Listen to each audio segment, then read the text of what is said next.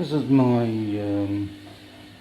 Google Hub, and I'll give it a test with my light. The one I made, one in my office, like this one. I'm not going in there because it's set off by PIR. It will set it off. But if I ask Google to switch on the light, it goes, "Hey Google, my office light on."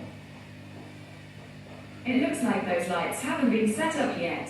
You can do that in the Google Home app.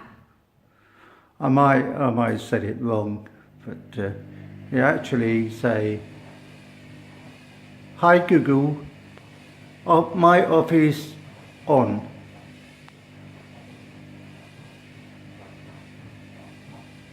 "Hi Google, my office on." Not listening to me. Oh well. Hi Google. No, not the hi. Yes, the other word. Hey. I made a mistake.